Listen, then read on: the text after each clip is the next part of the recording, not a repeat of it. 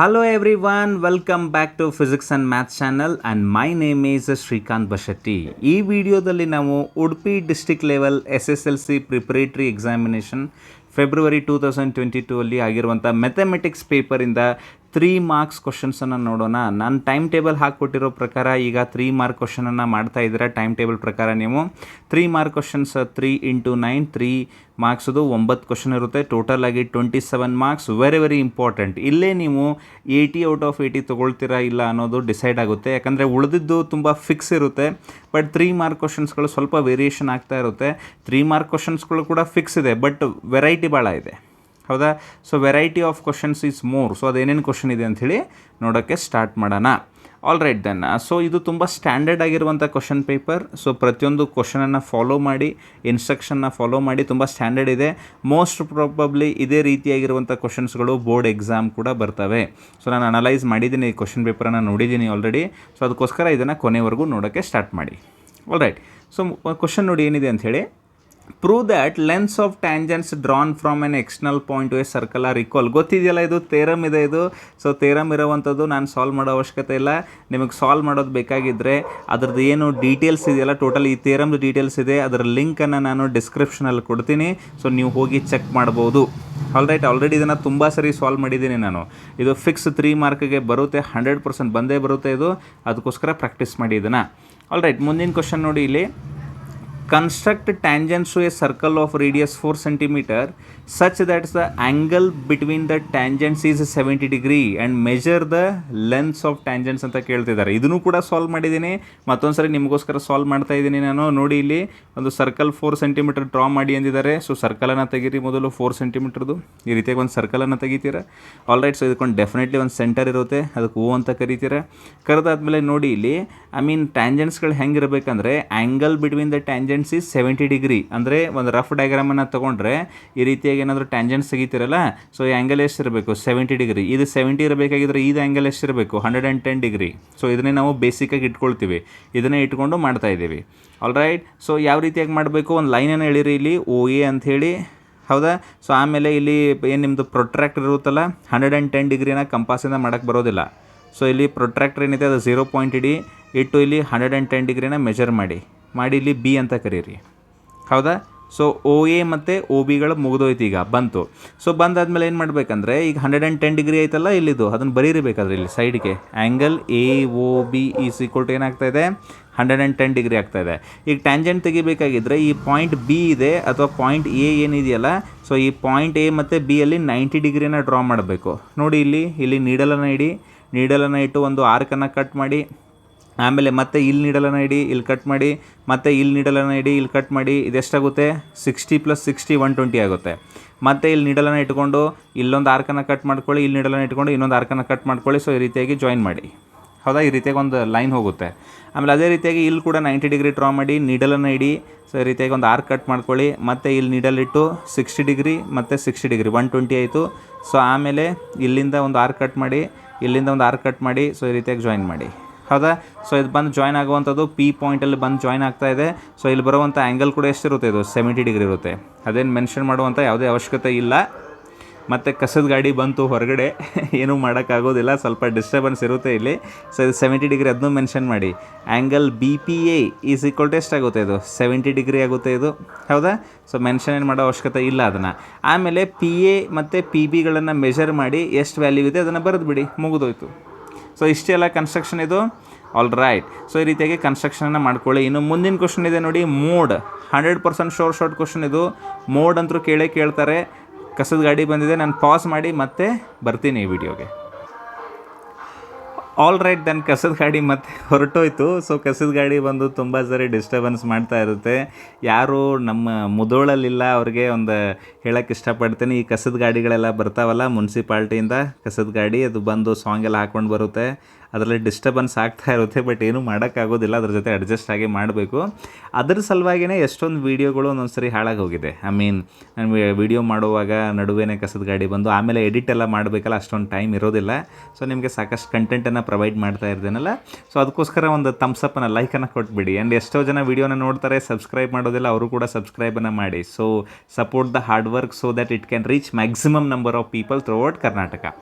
All right, so 27ನೇ ಕ್ವಶನ್ಗೆ ಬರೋಣ. Calculate the mode for the following frequency distribution. ಮೋಡನ್ನು ಕೇಳ್ತಿದ್ದಾರೆ.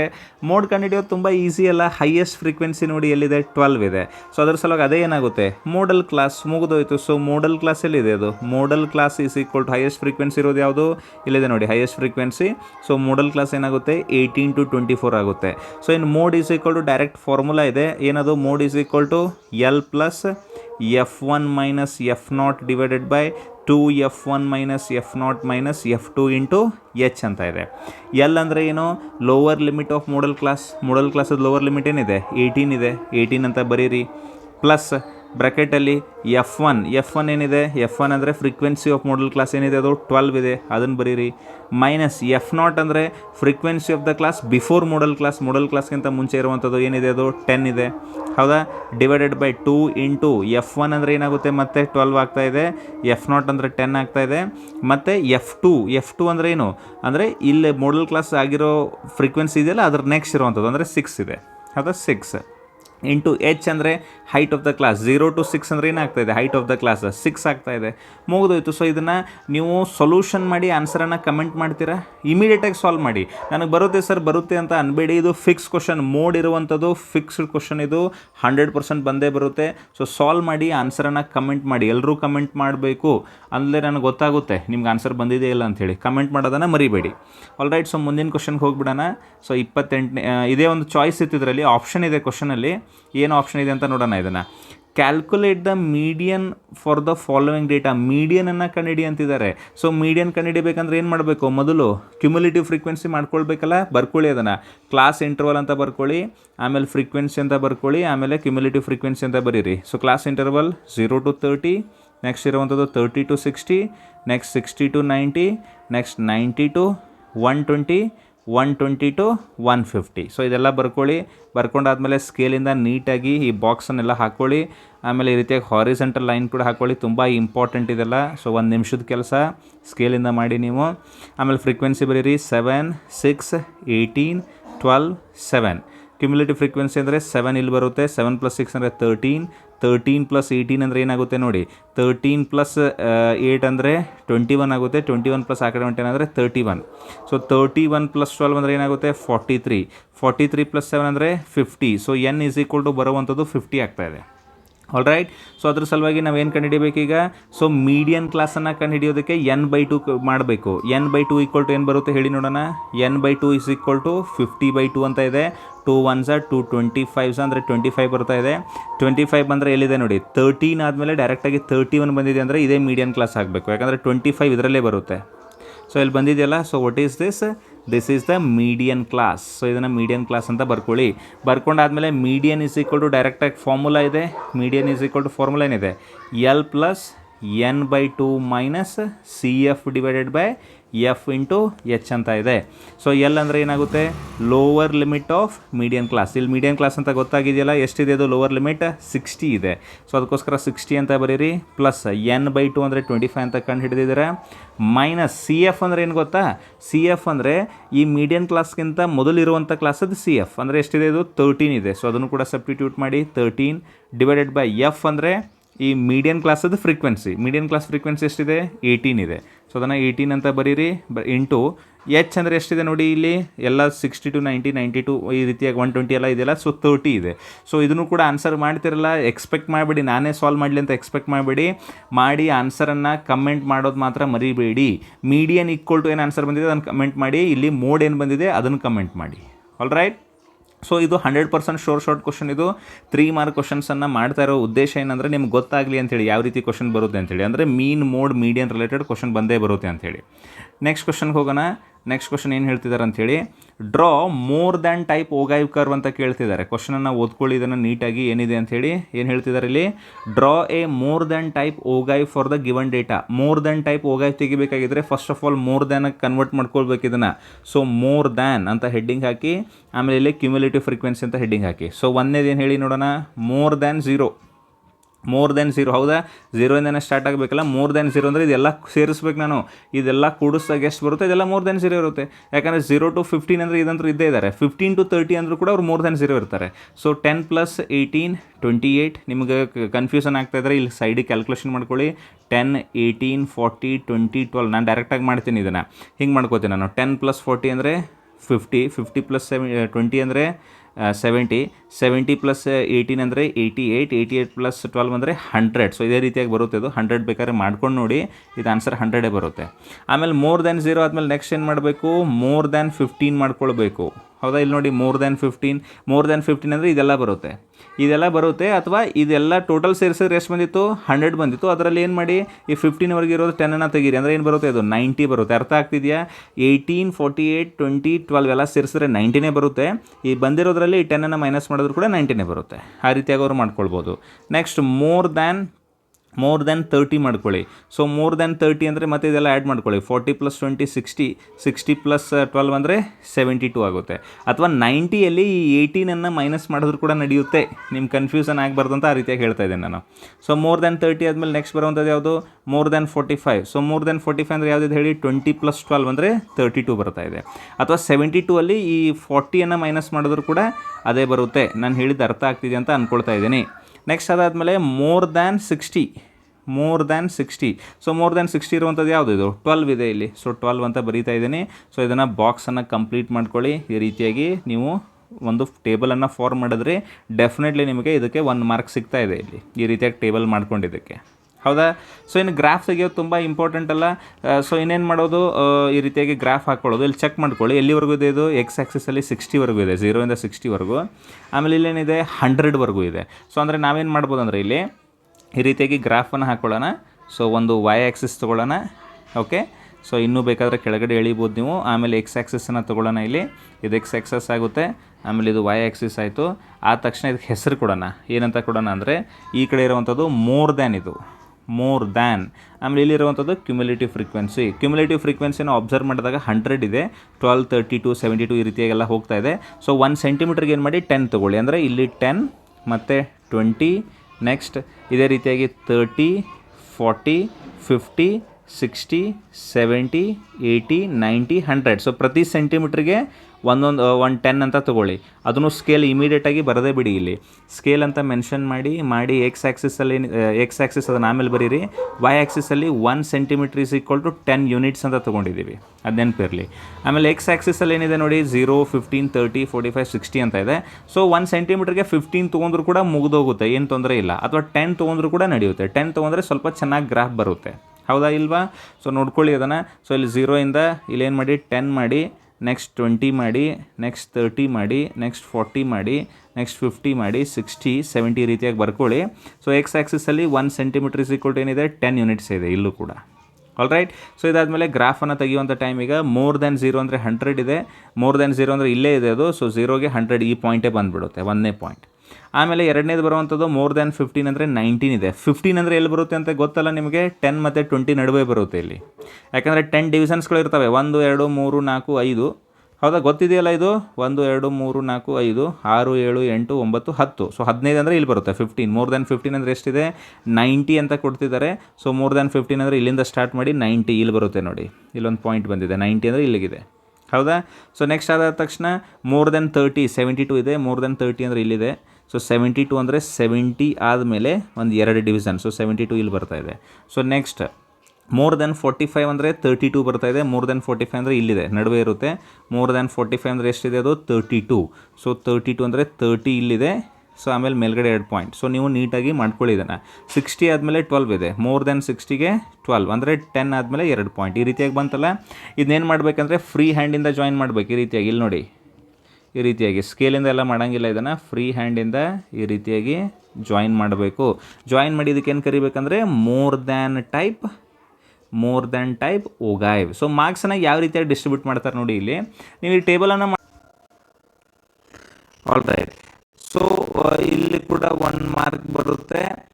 ಆಮೇಲೆ ನೀವು ಈ ರೀತಿಯಾಗಿ ಗ್ರಾಫನ್ನು ತೆಗೆದ್ರೆ ಇದಕ್ಕೆ 2 ಮಾರ್ಕನ್ನು ಕೊಡ್ತಾರೆ. ಸೊ ಟೋಟಲ್ ಆಗಿ 3 ಮಾರ್ಕ್. All right. ಸೊ ಮುಂದಿನ ಕ್ವಶನ್ಗೆ ಹೋಗೋಣ. ಮುಂದಿನ ಕ್ವಶನ್ ಏನಿದೆ ಅಂತ ಹೇಳಿ ನೋಡಿ, ತುಂಬ ಇಂಟ್ರೆಸ್ಟಿಂಗ್ ಇದೆ ಇದು ಕ್ವಶನ್. ಈ ರೀತಿ ಕ್ವಶನ್ಸನ್ನು ಮಾಡಿದ್ದೀರಾ ನೀವು. The sum of reciprocals of Rehman's ages 3 years ago and 5 years from now is 1/3. Okay, ರೆಹಮಾನದ್ದು 3 ವರ್ಷ ಮುಂಚೆ ಮತ್ತು 5 ವರ್ಷ ಆದಮೇಲೆ ಎರಡು ಸಮ್ ಮಾಡಿದ್ರೆ 1/3 ಬರ್ತಾ ಇದೆ. ಫೈಂಡ್ ಈಸ್ ಪ್ರೆಸೆಂಟ್ ಏಜ್ ಅಂತ ಕೇಳ್ತಿದ್ದಾರೆ. ಸೊ ನಾವೇನು ಅಂದ್ಕೊಳ್ಳೋಣ ಇಲ್ಲಿ, let present age of Rehman, let present age of Rehman is equal to X years. ಯಾರಿಗೆ ಬರುತ್ತೆ ಅವ್ರು ಮಾಡಿ, ಯಾರಿಗೆ ಬರೋದಿಲ್ಲ ಅವ್ರು ವೇಟ್ ಮಾಡಿ ಆನ್ಸರನ್ನು ಕಂಪೇರ್ ಮಾಡ್ಕೊಳ್ಳಿ. ಅದಾದಮೇಲೆ 3 years ಅಗೋ ಅಂತ ಅಂದರೆ ಅವ್ರ ಏಜ್ ಎಷ್ಟಿರುತ್ತೆ ಹೇಳಿ ನೋಡೋಣ. 3 years ಅಗೋ ಅಂದರೆ ಏಜ್ ಅನ್ನುವಂಥದ್ದು ಎಷ್ಟಿರುತ್ತೆ ಅವ್ರದ್ದು. So age is equal to X - 3 years ಇರುತ್ತೆ, ಹೌದಾ ಇಲ್ವಾ?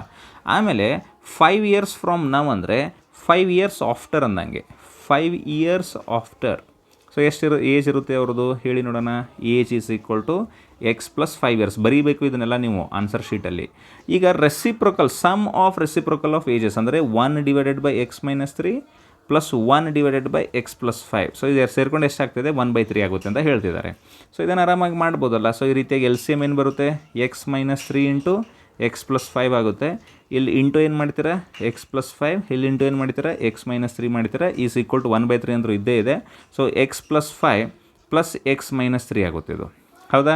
ಸೊ X + X ಅಂದರೆ 2X ಆಗ್ತಾ ಇದೆ, 5 - 3 ಅಂದರೆ 2 ಆಗ್ತಾ ಇದೆ, ಡಿವೈಡೆಡ್ ಬೈ ಇಲ್ಲಿ ನೋಡಿ X + A × X + B ಫಾರ್ಮೆಟಲ್ಲಿ ಇದೆಯಲ್ಲ ಇದು, ಅಥವಾ ಮಲ್ಟಿಪ್ಲೈ ಆದರೂ ಮಾಡ್ಕೊಳ್ಳಿ ನೀವು. ಆನ್ಸರ್ ಏನು ಬರುತ್ತೆ ಇದರದು, X² - 3 + 5 ಅಂದರೆ 2 ಆಗುತ್ತೆ. ಇದು 2X - 3 × 5 ಅಂದರೆ 50 - 15 ಆಗುತ್ತೆ. Is equal to 1/3. ಇದು ಎಲ್ಲ ಟೆಕ್ನಿಕ್ ಗೊತ್ತಿರಬೇಕು ನಿಮಗೆ. ಇದು ಈ ರೀತಿಯಾಗಿ ಡೈರೆಕ್ಟಾಗಿ ಬರೆಯುವಂಥದ್ದು. ಗೊತ್ತಿಲ್ಲ ಅಂದರೆ ನೀವು ಬೇಕಾದ್ರೆ ಮಾಡಿ ನೋಡಿ, ಇದೇ ರೀತಿ ಬರುತ್ತೆ. ಇದು ನಿಮ್ಗೆ ಗೊತ್ತಾಗಿಲ್ಲ ಅಂದರೆ ಹೇಳಿ, ಯಾವ ರೀತಿಯಾಗಿ ಟೆಕ್ನಿಕನ್ನು ಯೂಸ್ ಮಾಡಬೇಕಂತ ನಾನು ಹೇಳ್ಕೊಡ್ತೀನಿ ಸಪ್ರೇಟ್ ವೀಡಿಯೋದಲ್ಲಿ. ಆಮೇಲೆ 3 ಈ ಕಡೆ ತೊಗೊಂಬನ್ನಿ. 3 ಬ್ರಾಕೆಟ್ 2X + 2 ಆಗುತ್ತೆ. Is equal to X² + 2X - 15 ಆಗುತ್ತೆ. All right. ಸೊ 3 × 2X ಅಂದರೆ 6X + 6 is equal to X² + 2X - 15 ಆಗ್ತಾ ಇದೆ. All right. ಸೊ ಆ ಕಡೆ ಇರುವಂಥ ಟರ್ಮ್ಸ್ ಎಲ್ಲ ಹಾಗೆ ಇರಲಿ. X² + 2X - 15 ಅಂಥೇಳಿ. ಆಮೇಲೆ 6X ಇದ್ದು -6X ಆಗುತ್ತೆ, +6 ಇದ್ದು -6 ಈಸ್ ಈಕ್ವಲ್ ಟು 0 ಆಗುತ್ತೆ. All right. ಸೊ ಮುಂದೆ ಹೋಗಿ X² ಮಾಡಿ ಇದನ್ನು. ಆಮೇಲೆ 2X - 6X ಅಂದರೆ ಏನಾಗುತ್ತೆ, ಇದು -4X ಆಗುತ್ತೆ. -15 - 6 ಅಂದರೆ -21 ಈಸ್ ಈಕ್ವಲ್ ಟು 0 ಆಗುತ್ತೆ.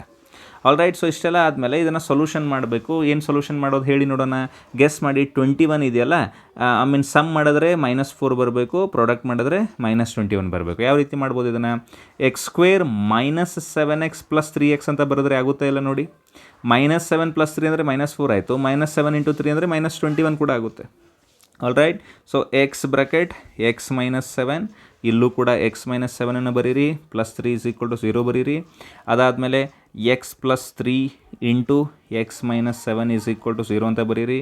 ಬರೋದಾದಮೇಲೆ X + 3 is equal to 0 or X - 7 is equal to 0. So X is equal to ಏನಾಗುತ್ತೆ, -3 or X is equal to ಏನಾಗುತ್ತೆ, 7.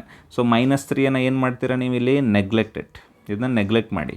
ಆಮೇಲೆ ಇದನ್ನು X ಈಸ್ ಈಕ್ವಲ್ ಟು 7 ಇದೆಲ್ಲ ಕನ್ಸಿಡರ್ ಮಾಡಿ. ದೇರ್ಫೋರ್ ಪ್ರೆಸೆಂಟ್ ಏಜ್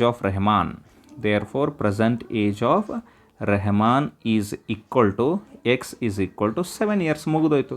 ತುಂಬ ಸ್ಟ್ಯಾಂಡರ್ಡ್ ಆಗಿರುವಂಥ question, ಆರಾಮಾಗಿ ಮಾಡ್ಬೋದು. ನೆಕ್ಸ್ಟ್ ಕ್ವಶನನ್ನು ನೋಡೋಣ. ಇದನ್ನು ಏನಿದೆ ಅಂತೇಳಿ ಟ್ರಿಗ್ನೋಮೆಟ್ರಿ ಕ್ವಶನ್ ಇದು. Prove that sin A + cosecant A whole square + cos A + sec A whole square is equal to 7 + tan square A + cot square A. NCERTಯಲ್ಲಿ ಇರುವಂಥ ಕ್ವಶನ್ ಇದು. ಆಲ್ರೆಡಿ ನಿಮ್ಗೆ ಗೊತ್ತಿದೆ ಅಂತ ಅಂದ್ಕೊಳ್ತಾ ಇದ್ದೀನಿ. ಸೊ LHS ತೊಗೊಳ್ಳೋಣ. LHS ಏನಿದೆ ಇದು, sin A + cosecant A whole square, ಹೌದಾ, plus cos A + secant A whole square ಇದೆ. ನಾವು ಹೇಗಾದರೂ ಮಾಡಿ 7 ಅನ್ನೋವಂಥ ಒಂದು ನಂಬರ್ ತರಬೇಕು. ಅಂದರೆ ಎಷ್ಟೊಂದು ಡಿಜಿಟ್ಸ್ಗಳು ಬೇಕು ನಮಗೆ. ಮತ್ತು ಟ್ಯಾನ್ ಸ್ಕ್ವೇರ್ ಮತ್ತು ಕಾಟ್ ಸ್ಕ್ವೇರ್ ತರಬೇಕು. ಸೊ ನೋಡೋಣ ಏನಾಗುತ್ತೆ ಅಂತ ಹೇಳಿ. ಎಕ್ಸ್ಪ್ಯಾಂಡ್ ಮಾಡಿ ಇದನ್ನು A + B whole square ಅನ್ನುವಂಥದ್ದು ಏನಾಗುತ್ತಿದ್ದು, A² + B², ಹೌದಾ, ಪ್ಲಸ್ 2AB ಅಂದರೆ 2 sin A × cosecant A ಆಗುತ್ತೆ. All right.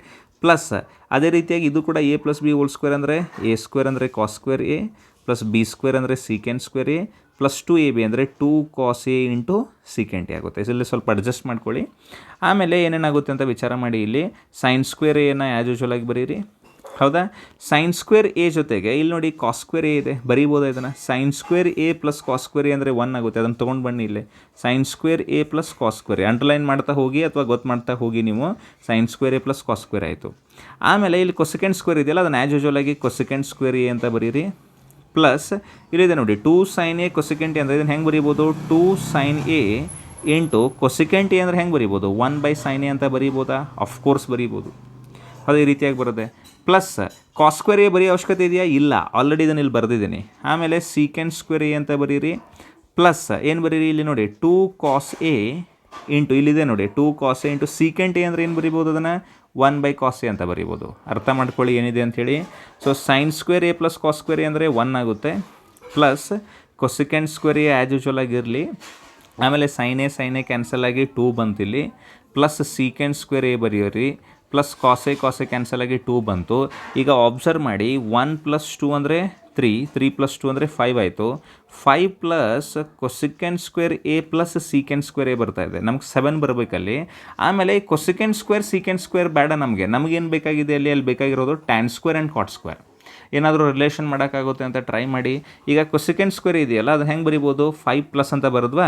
So 1 + cot square A ಅಂದರೆ ಏನು? Cosecant square A. ಪ್ಲಸ್ ಅದೇ ರೀತಿಯಾಗಿ ಸೀಕೆಂಡ್ ಸ್ಕ್ವೇರ್ ಅಂದರೆ ಏನು? 1 + ಟ್ಯಾನ್ ಸ್ಕ್ವೇರ್ ಎ ಅಂದರೆ ಸೀಕೆಂಡ್ ಸ್ಕ್ವೇರ್ ಎ ಆಗುತ್ತೆ. ಅರ್ಥ ಆಗ್ತಿದೆಯಾ? ಸೊ 1 + ಟ್ಯಾನ್ ಸ್ಕ್ವೇರ್ ಎ ಅನ್ನೋ ಅಂಥದ್ದು. ಸೊ ಟೋಟಲ್ ಆಗಿ 5 + 1 ಅಂದರೆ 6 + 1 ಅಂದರೆ 7 ಆಯಿತು. 7 + tan square A plus cot square A. So which is equal to RHS. ತುಂಬ ಸ್ಟ್ಯಾಂಡರ್ಡ್ ಆಗಿರುವಂಥ ಕ್ವಶನ್ ಇದು. NCERT ಬುಕ್ಕಿಂದ ಕೂಡ ಕ್ವಶನ್ಸ್ ಬರ್ಬೋದು. ಅದಕ್ಕೋಸ್ಕರ ಅದೆಲ್ಲವನ್ನು ನೀಟಾಗಿ ಪ್ರಾಕ್ಟೀಸ್ ಮಾಡಿ. ನೆಕ್ಸ್ಟ್ ಕ್ವಶನ್ಗೆ ಹೋಗೋಣ. 31st ಕ್ವಶನ್ ಏನಿದೆ ಅಂತ ಹೇಳಿ ನೋಡೋಣ. 31st ಕ್ವಶನ್ ನೋಡಿ ಇಲ್ಲಿ. ಓಕೆ, ಒಂದು ಸ್ವಲ್ಪ ಕೆಳಗಡೆ ತಂದುಬಿಡ್ತೀನಿ ಇದನ್ನು 31st ಕ್ವಶನ್ನ. All right. ಸೊ ಕ್ವಶನ್ನ ಅರ್ಥ ಮಾಡ್ಕೊಳ್ಳಿ. ಅಪ್ಲಿಕೇಶನ್ಸ್ ಆಫ್ ಟ್ರಿಗ್ನೋಮೆಟ್ರಿ ಇದು. The shadow of a tower standing on a level ground is found to be 40 metre longer when sun's altitude is 30 degree than when it is 60 degree. Find the height of the tower. ಅಂದರೆ ಒಂದು tower ಇದೆ ಇಲ್ಲೇ mention ಮಾಡಿಬಿಡ್ತೀನಿ. Tower ಮಾಡ್ತೀನಿ ಒಂದು. ಈ tower ಅನ್ನೋವಂಥದ್ದು ಏನಿದೆಯಲ್ಲ, so ಇದು ಯಾವಾಗ 60 ಡಿಗ್ರಿ ಇತ್ತು ಸನ್ಸ್ ಆಲ್ಟಿಟ್ಯೂಡ್, ಅವಾಗ ಒಂದು ಏನೋ ಶ್ಯಾಡೋ ಬಂದಿತ್ತು ಇಲ್ಲಿ BC ಅನ್ನುವಂಥದ್ದು.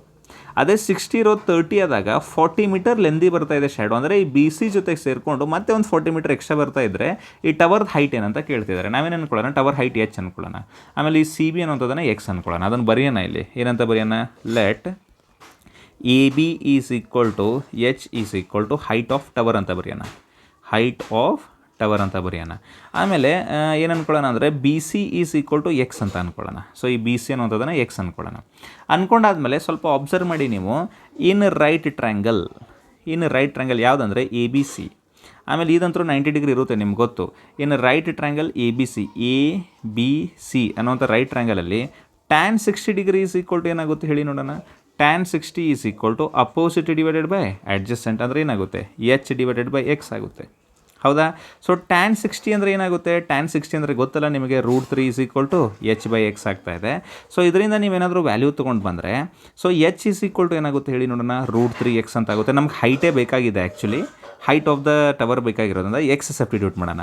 ಸೊ ಎಕ್ಸನ್ನು ಈ ಕಡೆ ಕಳಿಸಿ. So X is equal to ಏನಾಗುತ್ತೆ? H/√3 ಆಗುತ್ತೆ. ಹೌದಾ ಅಲ್ವಾ? ಇದಕ್ಕೆ ಈಕ್ವೇಷನ್ ನಂಬರ್ 1 ಅಂತ ಕರೀರಿ. ಯಾಕಂದರೆ ಹೈಟೇ ಬೇಕಾಗಿದೆಯಲ್ಲ ನಮಗೆ. ಸೊ ಅದಕ್ಕೋಸ್ಕರ H ಅಂದರೆ ಎಕ್ಸನ್ನು ಸಬ್ಸ್ಟಿಟ್ಯೂಟ್ ಮಾಡಿಬಿಟ್ರೆ H ಒಂದೇ ಉಳಿಯುತ್ತೆ. ಸೊ ಎಕ್ಸನ್ನು ಆ ಕಡೆ ಕಳಿಸಿದ್ರೆ X is equal to H/√3 ಆಗಿದೆ.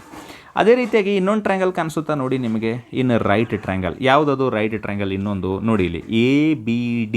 ಹೌದಾ? ಬರ್ಕೊಳ್ಳಿ ಅದನ್ನು. ಇನ್ನು right triangle ABD. So ABD right ಟ್ರ್ಯಾಂಗಲಲ್ಲಿ ಟ್ಯಾನ್ 30 ಅಪ್ಲೈ ಮಾಡ್ಬೋದಾ? ಟ್ಯಾನ್ 30 ಈಸ್ ಈಕ್ವಲ್ ಟು ಏನಾಗುತ್ತೆ? Opposite divided by adjacent. Opposite ಅನ್ನೋವಂಥದ್ದು H ಇದೆ, ಅಡ್ಜಸೆಂಟ್ ಅನ್ನೋವಂಥದ್ದು X + 40 ಇದೆ, ಅಥವಾ 40 + X ಏನಾದರೂ ಬರೀರಿ. ಹೌದಾ? So tan 30 degree is equal to ಏನಾಗುತ್ತೆ ಹೇಳಿ ನೋಡೋಣ? H ಡಿವೈಡೆಡ್ ಬೈ 40 + X ಆಗುತ್ತೆ. ಹೌದಾ? ಸೊ ಟ್ಯಾನ್ 30 ವ್ಯಾಲ್ಯೂ ಗೊತ್ತು ನಿಮಗೆ, ಏನದು? 1/√3 is equal to H divided by 40 + X ಅಂದರೆ ಏನಾಗುತ್ತೆ ಹೇಳಿ ನೋಡೋಣ? H/√3 ಇದೆ, ಅದನ್ನು H/√3 ಅಂತ ಬರೀರಿ.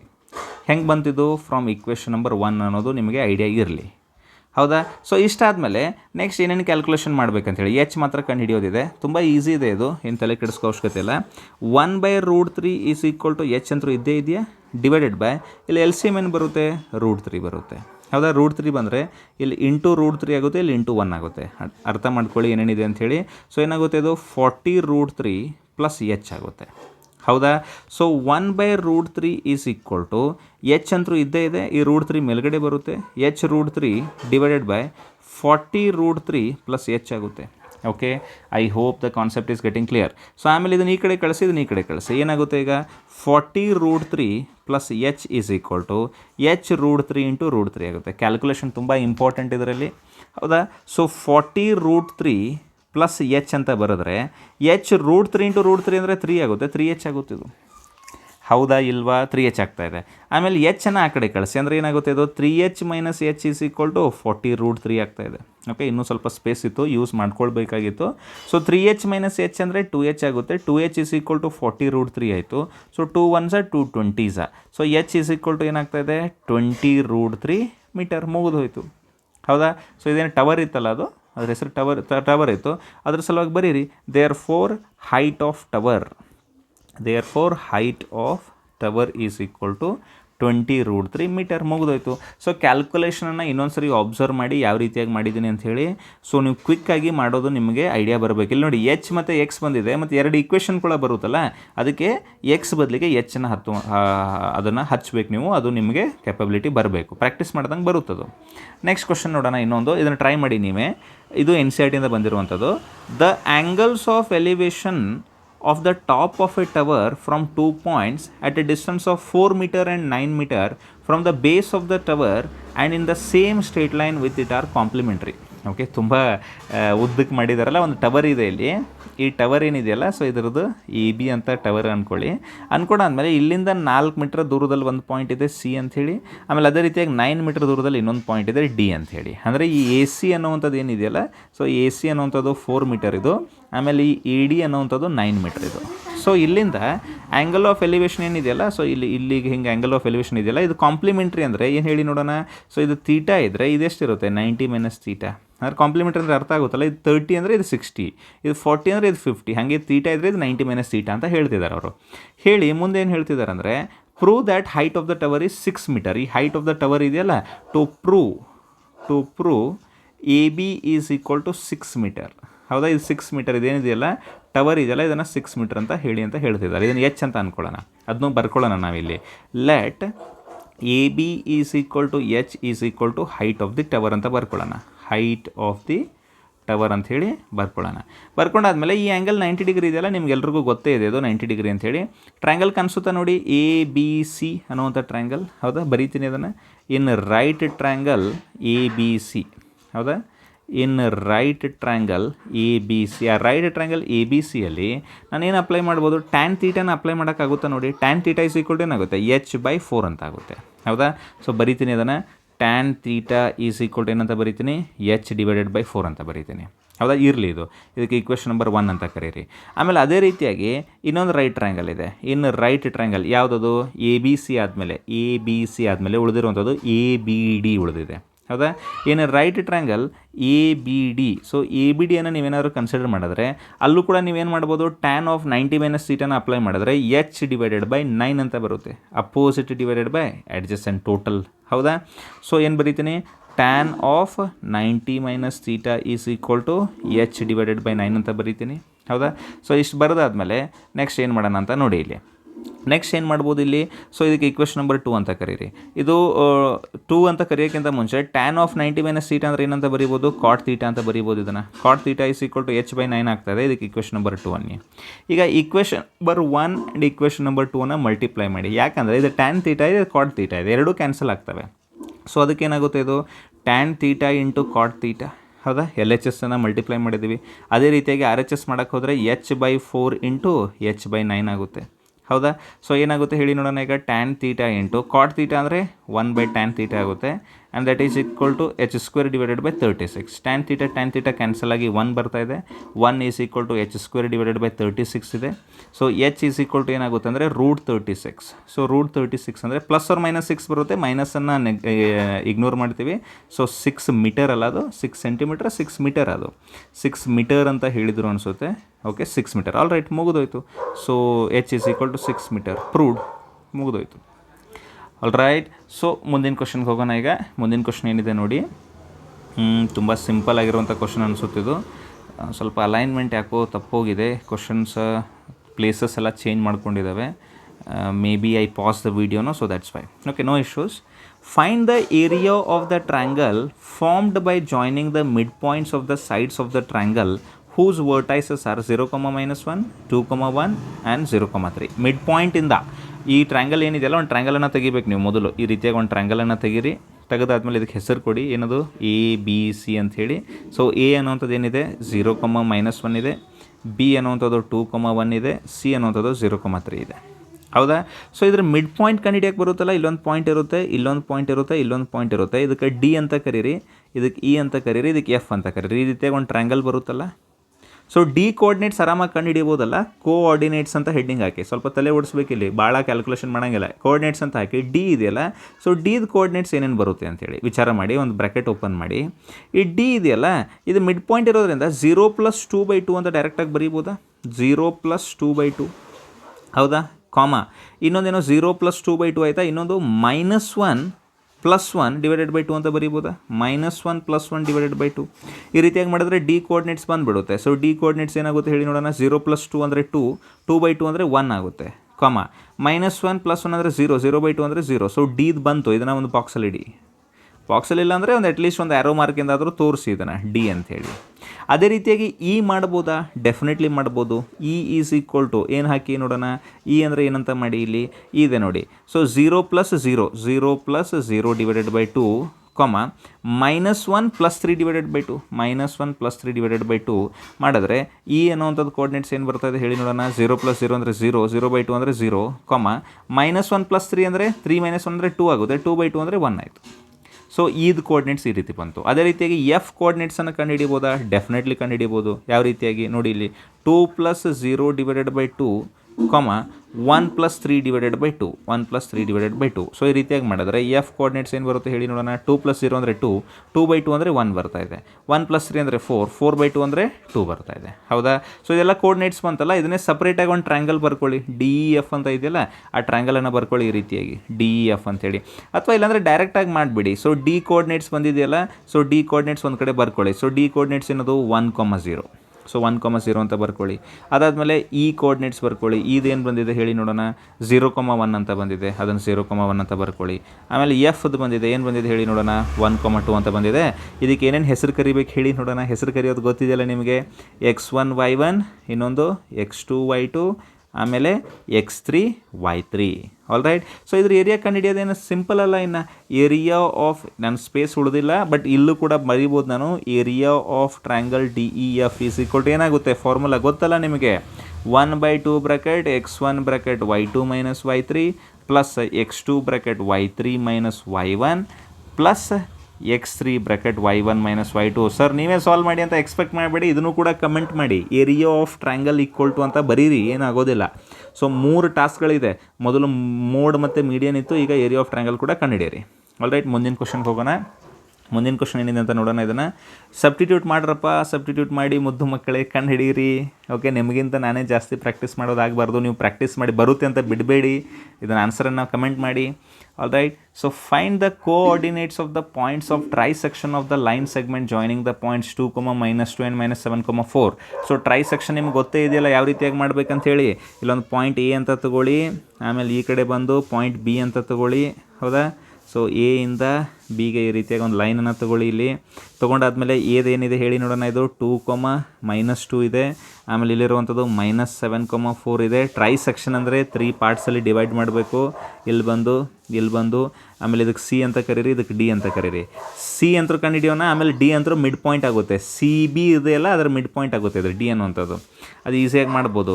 ಸೊ ಇಲ್ಲಿ M1 ಎಷ್ಟಿರುತ್ತೆ, 1 ಪಾರ್ಟ್. ಆಮೇಲೆ ಇದು CB ಇದೆಯಲ್ಲ, CB ಟೋಟಲ್ ಸಿ ಇಂದ ಬಿಗೆ 2 ಪಾರ್ಟ್ ಇದೆ, ಅದಕ್ಕೆ M2 = 2 ಅಂತ ಬರ್ಕೊಳ್ಳಿ.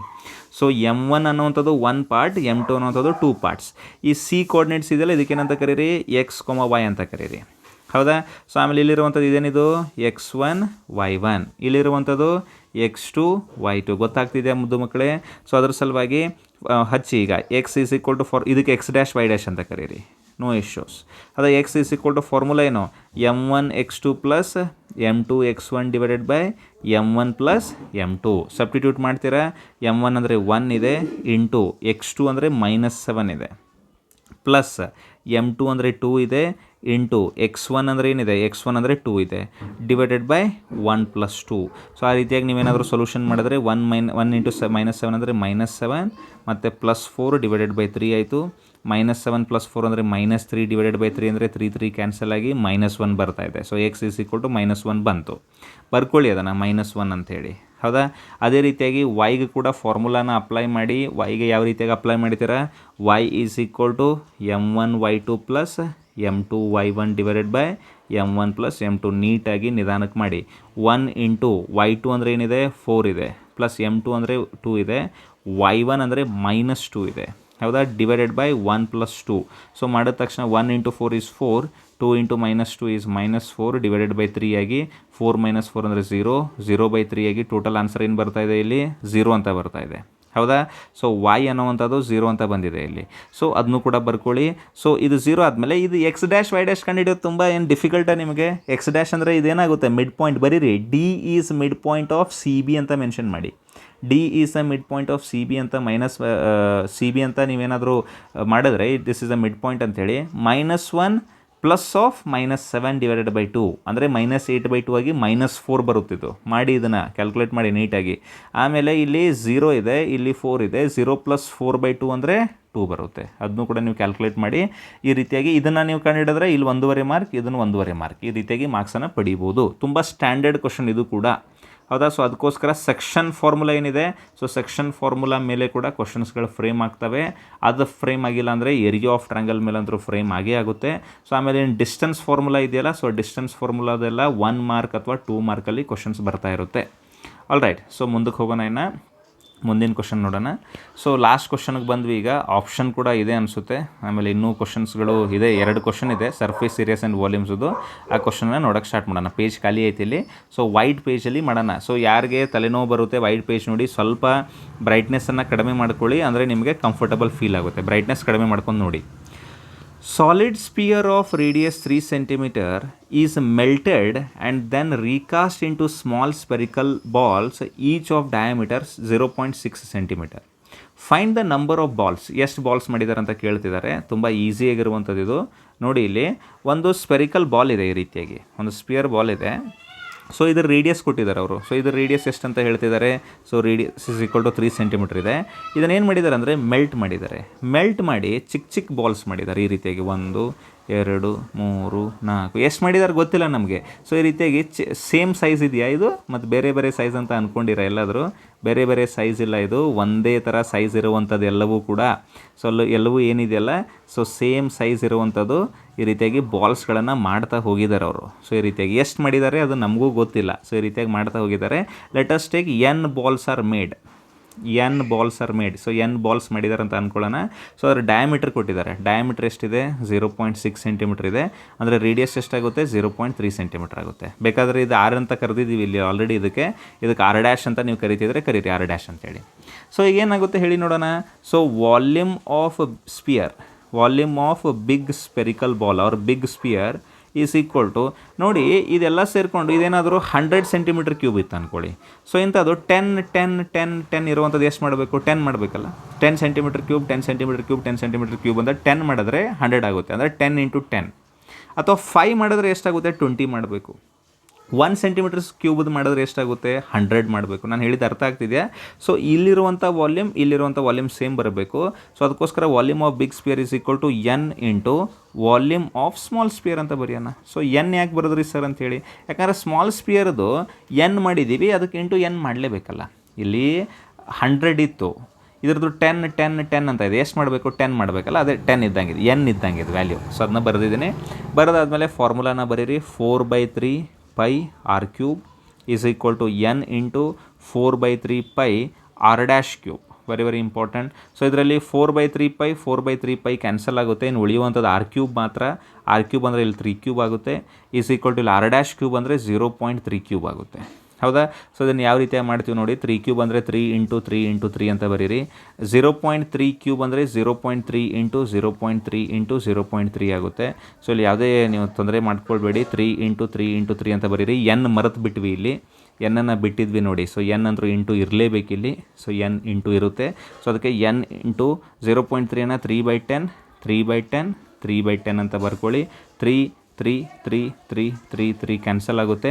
ಏನು ಉಳಿಯೋವಂಥದ್ದು ಎನ್ ಮಾತ್ರ. ಎನ್ ಈಸ್ ಈಕ್ವಲ್ ಟು ಇದೆಲ್ಲವನ್ನು ಈ ಕಡೆ ಕಳಿಸಿದ್ರೆ ಇಲ್ಲೇನಿದೆ ನೋಡಿ 10 10 10 ಅನ್ನು ಕಳಿಸಿದ್ರೆ ಸೊ ಟೋಟಲ್ ಆಗಿ 1000 ಬರುತ್ತೆ. ಸೊ ಅದ್ರ ಸಲುವಾಗಿ therefore 1000 balls have to be made. ನೋಡಿ ಎಷ್ಟು ಸಿಂಪಲ್ ಇದೆ. ಈ ರೀತಿಯಾಗಿರುವಂಥದ್ದು ವಾಲ್ಯೂಮ್ ಮೆಲ್ಟ್ ಮಾಡಿ ವಾಲ್ಯೂಮ್ ಏನು ಚೇಂಜ್ ಮಾಡೋದಿದೆಯಲ್ಲ, ವಾಲ್ಯೂಮ್ ಮೇಲೆ ಕ್ವಶನ್ ಫಿಕ್ಸ್ ಇರುತ್ತೆ ಒಂದು. ಅದಕ್ಕೋಸ್ಕರ ಈ ರೀತಿಯ ಕ್ವಶನ್ಸ್ಗಳನ್ನು ಪ್ರಾಕ್ಟೀಸ್ ಮಾಡಿ. ಆಲ್ ರೈಟ್, ಮುಂದಿನ ಕ್ವಶನ್ಗೆ ಹೋಗೋಣ. ಇನ್ನು the cap is shaped like the frustum of a cone. Okay, frustum of cone ಥರ ಇದೆ. If its radius on the open side is 10 centimetre. Open ಅಂದರೆ ಕೆಳಗಡೆ ನಾವು ತಲೆಗೆ ಹಾಕ್ಕೊಳ್ತೀವಲ್ಲ ಅದು.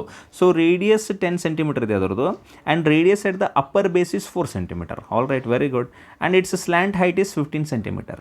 Find the area of the material use for making it. ತುಂಬ easy ಇದೆಲ್ಲ ಇದು ಕ್ವಶನ್. ಇದು ಈ ರೀತಿಯಾಗಿ ಒಂದು ಕ್ಯಾಪ್ ಇದೆ ಇಲ್ಲಿ, ಈ ರೀತಿಯಾಗಿ ಫ್ರಸ್ಟಮ್ ಆಫ್ ಕೋನ್ ಥರ ಒಂದು ಕ್ಯಾಪ್ ಇದೆ ಹೀಗೆ.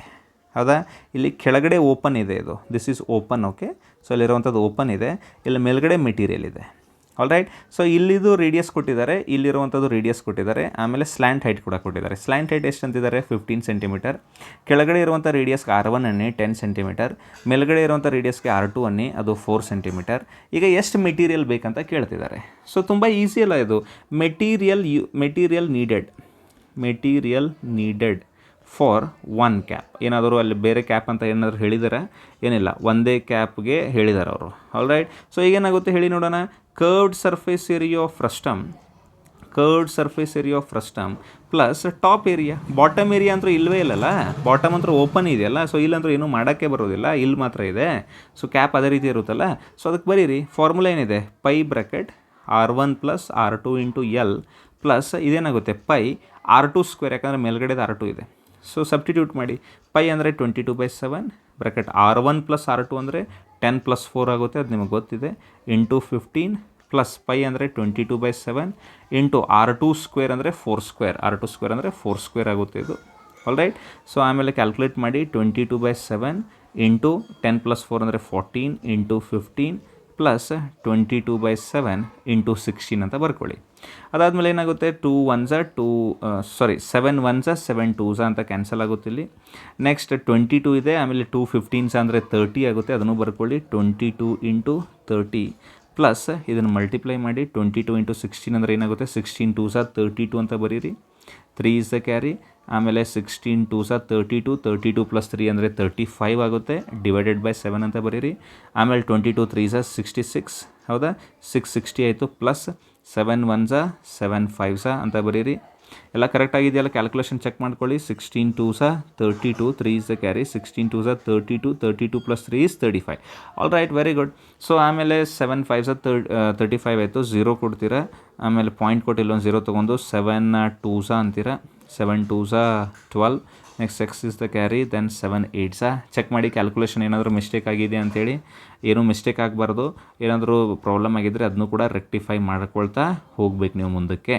ಆಲ್ ರೈಟ್, ಸೊ ಮುಂದೆ ಏನಾಗುತ್ತೆ, ಇದು 50.28 ಬರ್ತಾ ಇದೆ. ಸೊ ಆ್ಯಡ್ ಮಾಡಿದ್ರೆ ಇಲ್ಲಿ 0.28 ಅಂತೂ ಇದ್ದೇ ಇದೆ. 0 + 0 ಅಂದರೆ 0, 6 + 5 ಅಂದರೆ 11, 1 is the carry. 710.28 centimeter square. So this is the area of the material needed for 1 cap. ಮುಗಿದೋಯ್ತು. ಸೊ ಅರ್ಥ ಆಯ್ತಲ್ಲ. ಸೊ ಈ ರೀತಿಯಾಗಿ ತುಂಬ ಕ್ವಶನ್ಸ್ಗಳು 3 ಮಾರ್ಕಲ್ಲಿ ವೇರಿಯೇಷನ್ ಮಾಡ್ತಾರೆ. ಅದಕ್ಕೋಸ್ಕರ ಸಾಲ್ವ್ ಮಾಡಿ ಎಲ್ಲವನ್ನು. ಇದು ತುಂಬ ಸ್ಟ್ಯಾಂಡರ್ಡ್ ಕ್ವಶನ್ ಪೇಪರ್ ಇತ್ತು. ನಡುವೆ ಡಿಸ್ಟರ್ಬೆನ್ಸ್ ಆಗಿದ್ದಕ್ಕೆ ಐ ಆಮ್ ರಿಯಲಿ ಸಾರಿ. ನಡುವೆ ಸ್ವಲ್ಪ ಕಸದ ಗಾಡಿ ಬಂದು ಡಿಸ್ಟರ್ಬೆನ್ಸ್ ಆಯಿತು. So make it sure that you are liking this video if you are getting use from this, and don't forget to subscribe to the channel because it is your subscription which gives us lot of motivation. All right then, thank you very much. Have a good day and bye bye.